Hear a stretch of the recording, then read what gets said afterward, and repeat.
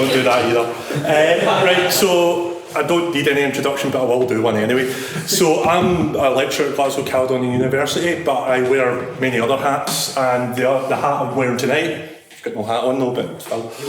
No, please not. Basically, I'm on the executive board of the Global Game Jam, which basically means that I'm part of the global organisation of the Jam. What I kind of do with my colleagues on there is we actually organise the whole thing. So that Global Game Jam that runs globally, we are kind of organising that right now. So I thought it would be a good idea to kind of talk about how to survive a Global Game Jam, but also this kind of applies to any sort of game jam that's got a limited sort of time frame. So if you want to contact me, I'll click off that because this is annoying. You can get me at the Global Game Jam email, or just tweet me, or just find me on the street, on a pub, and ask me questions. Right, so who here has went to a game jam? Right, who's went to the Global Game Jam? Right, awesome, kind of converted audience, this is great. So if you don't know what it is, it's a 48-hour in-person game jam. So it's not like Ludum-Dare where you're online, or like the Rainbow Game Jam where you're kind of just online. This is actually about getting together and forming teams on the day, hopefully. But that means it's all about the community come together and making games under that short period of time.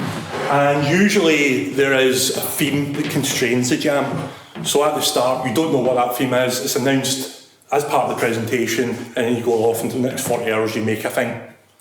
And to a certain extent, the Global Game Jams became a kind of focal point for the game development communities all over the world. So it's one of the few times outside events like this where we actually get together and make cool stuff. So, it's became an integral part of that community building, which is very important in game dev.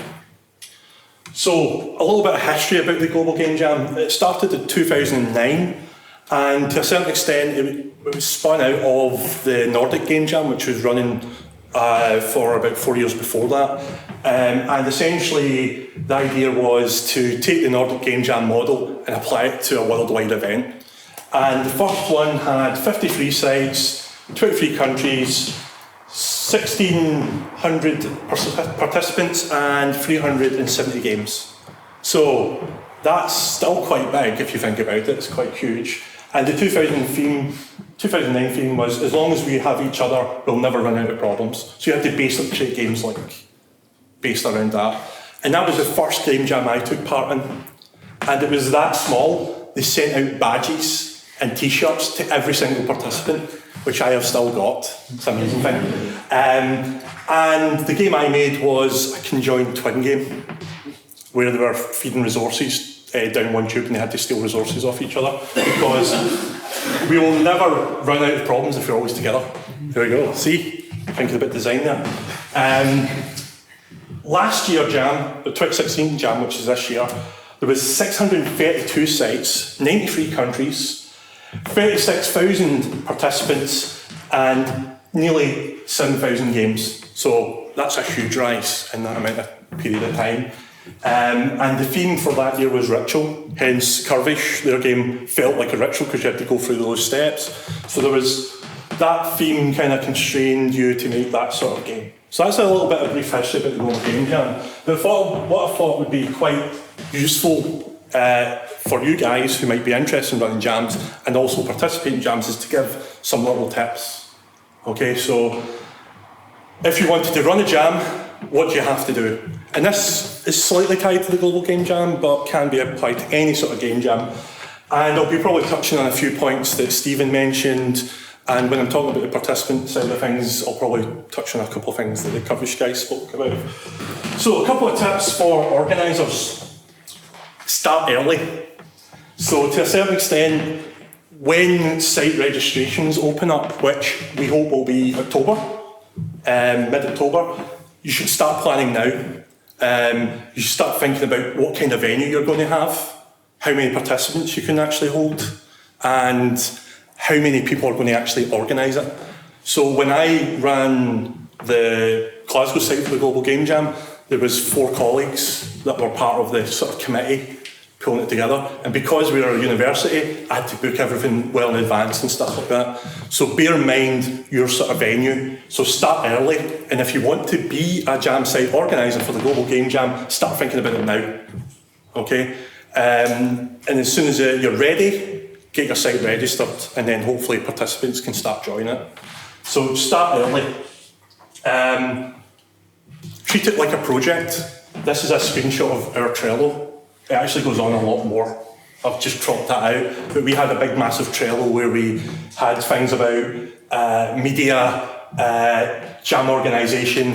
We had a game jam arcade where you could play all these cool sort of indie games. We had sponsorship. So I project manage this because I'm that sort of person.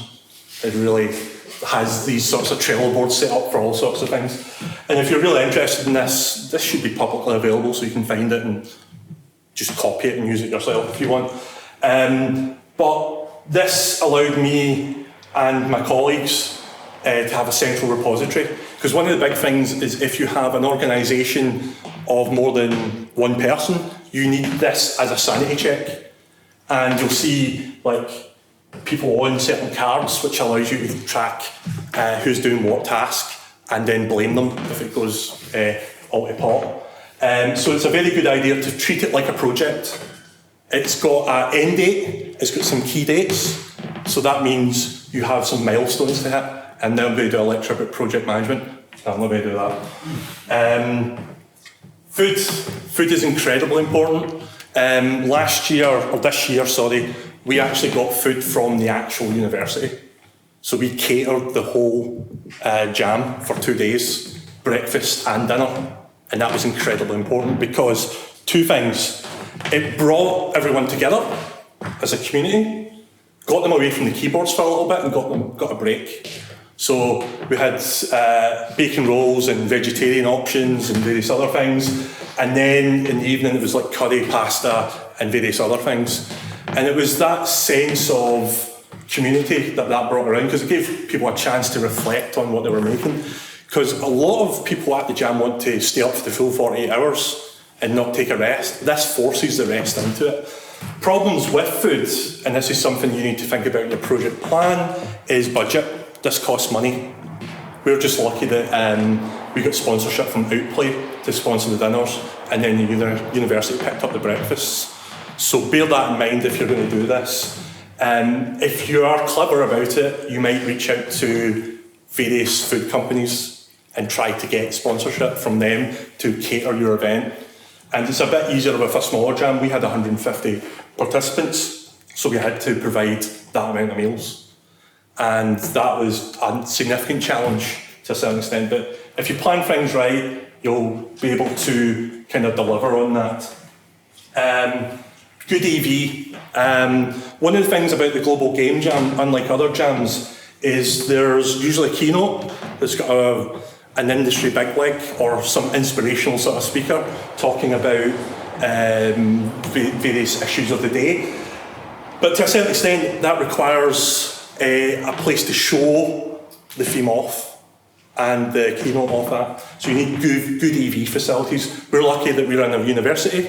We can just walk up to a lecture theatre, have things projected. So when you're picking a site, make sure you have those facilities there.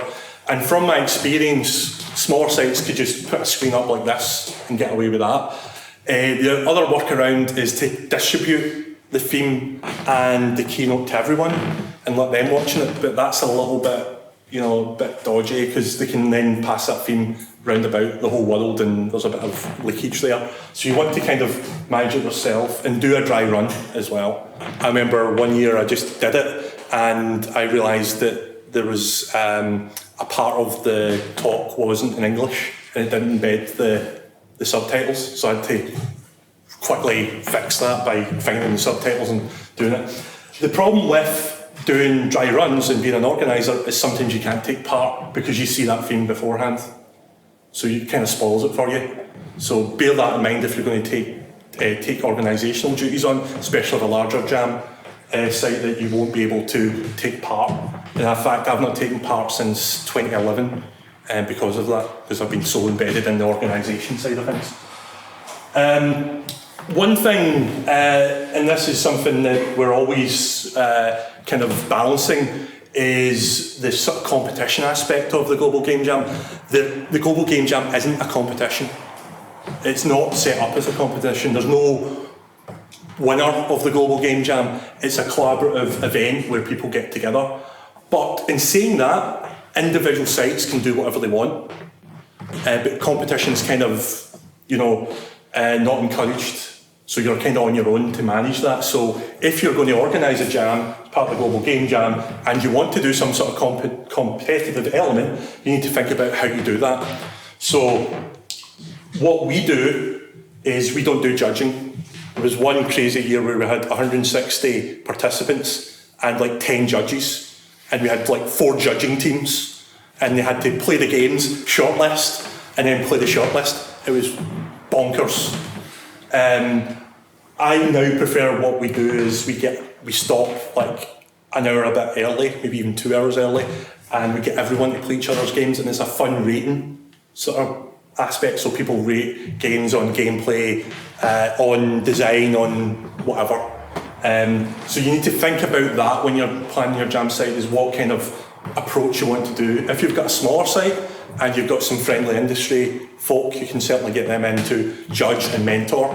But if you've got a larger site, it's pretty nigh impossible to do any sort of judging. But what's cool is getting people to share each other's games. Because at a jam site like we have at GCU, you've got so many people, you don't get to see someone's game who's over the back corner. So this is a way of kind of getting that sharing happening between everyone at the site, and also, helps you if you want to take it further. Because probably some of the feedback that you guys got at Curvish probably helped that idea that this could be a thing. So I think this model is far better, the play sessions. And to a certain extent, it's facilitate community building. One of the things that I'm kind of passionate about is developing communities through various different things. I've been involved in IGDA, I've been involved in Global Game Jam since the inception in 2009, and to a certain extent, I think that's the key aspect of it. Never mind the games that come out of it, they're the sort of a byproduct. It's actually the teams that form at the Global Game Jam. We've had many teams form and come back each year. We have people coming from down south. We have people coming down from Dundee because they attended our jam site in 2009. We have people who are disappointed that they can't make it a year. So it does really bring back a sort of community of developers, a community of practice, we'll call it in the sort of academic terms, of people supporting each other. So I think this is a byproduct of the jam. And how we do that, well, the PlayStation helps, but what we did this year, we got the free reflow switches guys in, and we ran a Game Jam arcade, and essentially they brought a whole bunch of different games, Scottish indie games and indie games from all over the world, and people took breaks and played games and talked. I don't know if these guys were all on the same team, I can't remember. So that is an aspect of it. So this is a cool thing to do, is facilitate some sort of community building. And obviously I did do that with the play parties as well, so engage with those play parties when they come about, because they are part of the sort of community forming as well. And the most important thing is don't panic. It's a stressful thing to do it. I've decided not to do it again, mainly because I'm now doing global stuff, but it takes a lot out of you. I won't deny that, and Stephen can kind of testify to that as well. So you need to make sure you've got a good team around you. Unfortunately, I work with David Farrell, so that doesn't happen. No, that's a joke. It's just a difficult, stressful time. Plus, you can't really take part. I can't stress that enough. You might think, oh, I can take part and I can organise. On the day, it's just crazy. It's just bonkers. You have to firefight. And I had all these lovely experiments designed to deploy the Global Game Jam, because I'm also an academic and I study game jams. I couldn't do any of it because someone didn't have power. Someone didn't have, speakers went mental. Some people were arriving late. I had to meet guests. So you just never have the time to do what you really want. So I would always say, don't panic. There's a community out there, other organisers will help, and I'm also on the board and would help if you reach out. And I'm going to quickly run through some tips for jammers because I realise that I do get in the lecturer mode and start like just getting on a high horse, so I'll move on very quickly. So I thought I'd just do some tips for jammers because there's a lot of jammers here, but there's a lot of people who've not jammed, and you'll recognise some of these tips if you're a vet because you've kind of now started and bring them into your own sort of jam practice. So one thing is sleep. I cannot stress how important it is to have some sleep. You don't Iron Man it. I hate that term Iron Man because it's an exclusionary term. You know, it's you're turning it into a thing it's not meant to be. It's meant to be a collaborative thing where you make a cool thing with cool people. If you Iron Man it, you're going to be grumpy. Also, you're not productive. It's false productivity. You think, oh, I'm going to sit up for the 48 hours and make this cool thing. No, you won't. You'll spend 12 of those hours fixing bugs you made because you were tired, or fixing the art that you screwed up because you were tired. So get some sleep. Also, I'm worried about crunch and various other things, and I don't want to encourage that. So if you're organising a jam site, make sure you give some place where people can chill out and rest. But if you're a jammer, go to sleep. Go home if you're living in Glasgow. If you're not living in Glasgow, even book a hotel if you really want that, because you'll like the shower. The shower's brilliant. Eat food and keep hydrated. This is one, I don't know why I have to say this. There's a lot of people who don't have regular meals at the gym. They're just sat at their keyboard and they're just eating at their keyboard. Get away from the keyboard, eat. Go out, go to shops if there's not food provided. Just have regular food and have different types of things.